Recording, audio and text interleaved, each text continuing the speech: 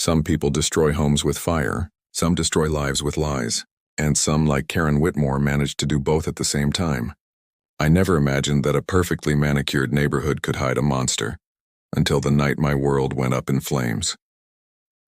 My name is Ethan Parker, and I used to think that living in Willow Creek Estates meant safety, quiet mornings, and a place where neighbors waved at each other while sipping coffee on their porches. That illusion shattered the night I woke up to the smell of smoke choking the air outside my window. At first I thought it was a neighbor burning trash or a distant barbecue gone wrong.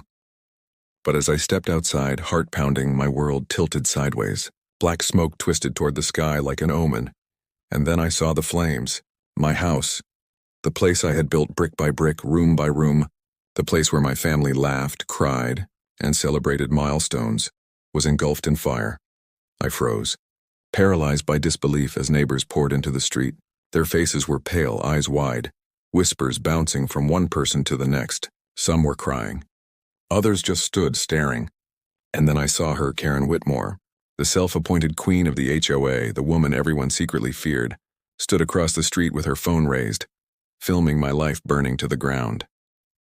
Her lips curled into a smug, satisfied smile. It was almost cinematic in its cruelty, like she had been waiting for this moment for months, maybe even years. I tried to call the fire department, fumbling with my shaking hands. But the sirens in the distance were too faint, too slow. Minutes passed like hours, and the fire devoured my home with relentless fury. My garage, my kitchen, my bedroom, all gone. Memories turned to smoke, photographs blackened, furniture reduced to ash. And at the center of it all, Karen stood there enjoying the chaos like a director of disaster. My stomach twisted as I realized it wasn't an accident. I had argued with her at the last HOA meeting, politely I thought, about fines she had imposed on me for minor landscaping issues. I had voiced concerns about her overreach, her obsession with control.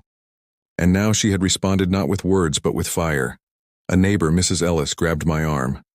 "Ethan, what happened?" Her voice trembled. I shook my head, barely able to breathe. "I didn't do this," I croaked. But her doubt was evident, and I knew the whispers would grow louder than the sirens. As the fire department finally arrived, spraying jets of water that hissed against the heat, I felt a sinking feeling in my chest. My home was gone. My life, at least the life I knew, was gone. But one thought burned brighter than the flames. I wasn't going to let her win. Karen may have destroyed my house, but she underestimated me. She didn't know how far I would go to prove the truth, to reclaim my life, and to expose every hidden corner of her tyranny in Willow Creek Estates. She thought she could humiliate me, make me the villain, and walk away smiling. She was wrong. As the smoke curled into the morning sky, I promised myself I would survive this. I would fight. And one day Karen Whitmore would face justice, not just for burning my house, but for every life she had ruined along the way. The days that followed the fire felt like living in a nightmare I couldn't wake up from. My house was reduced to rubble, but that wasn't the worst part. Within hours, whispers started circulating. Then came the news headlines. Local homeowner accused of arson in HOA dispute. My stomach twisted as I read the article, disbelief giving way to rage. The police had evidence, security footage from a neighbor's camera showing me near my property late at night, and Karen's conveniently timed 911 call. It felt like a cruel joke. They were painting me as the villain, and no one seemed to question it. Friends who had once stopped by to check on me now avoided my calls. Neighbors who had once waved and smiled now stared with suspicion or whispered behind my back. Even my attorney, a seasoned professional, warned me with furrowed brows. "Ethan, this is bad. They've built a story so strong against you. It's going to be an uphill battle." Karen, of course, attended every pretrial hearing. She sat in the back row like a queen presiding over her court, smiling at the camera flashes, whispering to her lawyer as if the outcome were already written. I could feel her eyes on me, smug, confident, exuding that aura of control she always seemed to carry. The woman thrived on power, on manipulation, and now she had framed me so perfectly it almost felt like art. Only this art had destroyed my life. The prosecution spun their narrative skillfully. They claimed I had motive, a petty feud with Karen over HOA regulations, and opportunity, being near my house the night of the fire. Every anecdote, every fact was twisted to fit their story. Every word felt like a knife, and every glance from Karen's triumphant smile drove it deeper. I realized then that I couldn't rely on anyone but myself.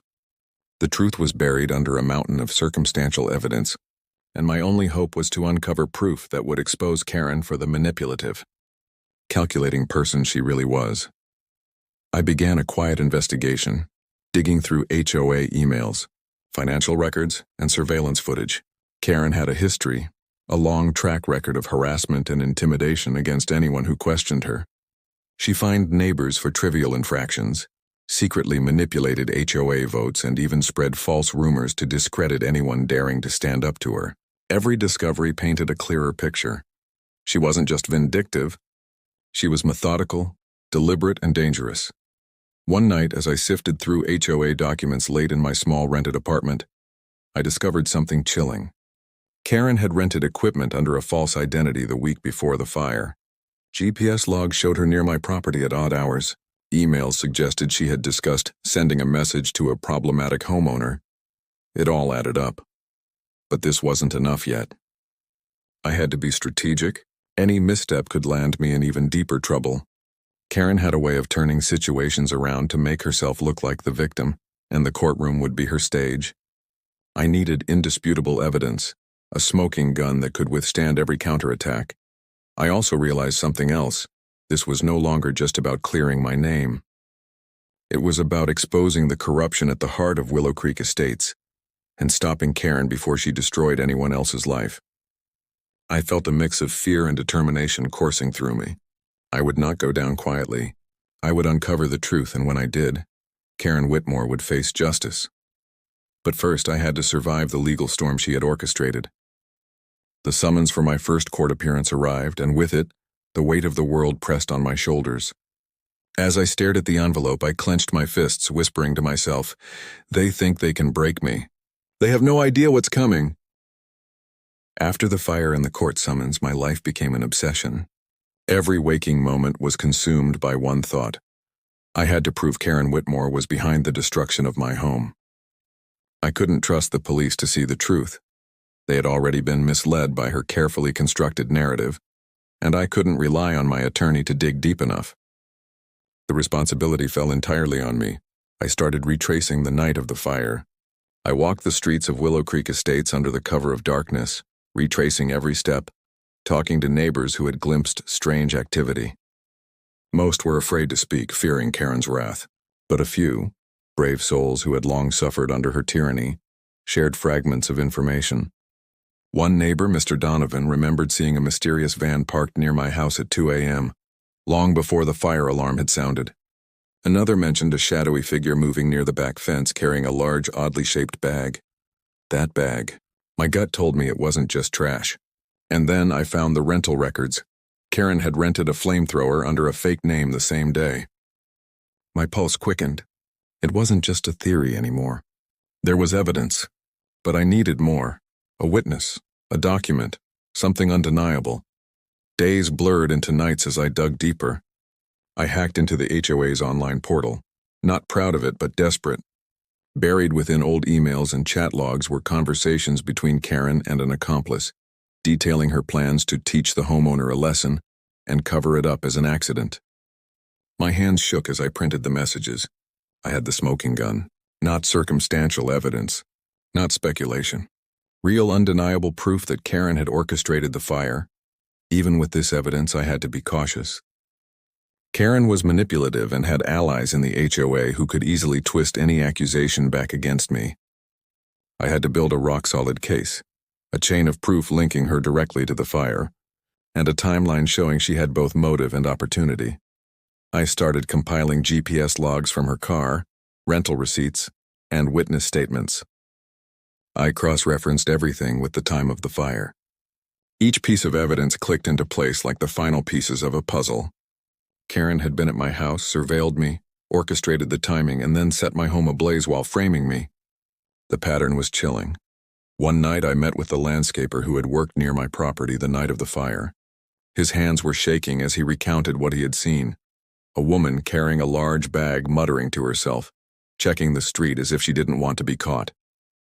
I showed him a photo of Karen and his eyes widened. "That's her," he said, voice barely above a whisper. "I know it's her." The dossier I was assembling began to take shape.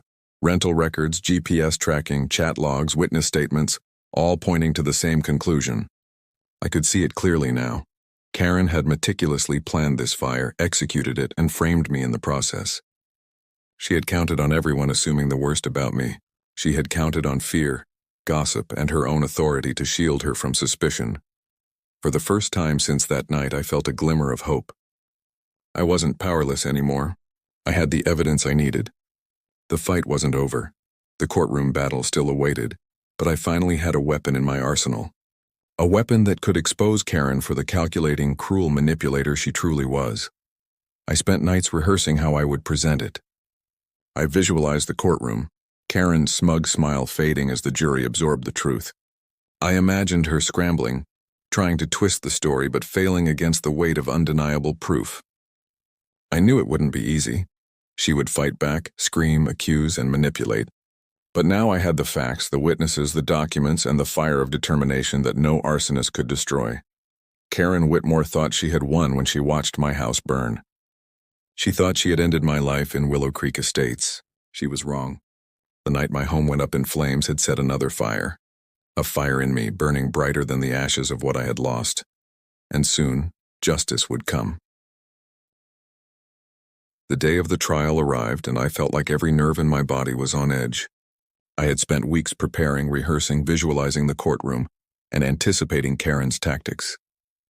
My dossier, GPS logs, rental receipts, witness statements, chat messages, sat neatly on the table before me. It was heavy with truth, and I carried it like armor.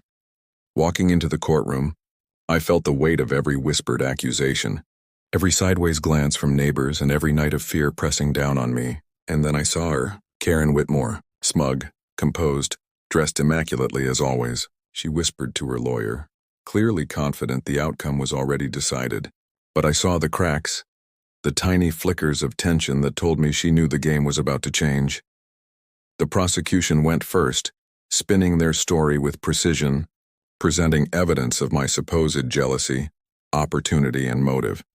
Every word felt like a calculated attack, designed to make me appear guilty before I even had a chance to speak.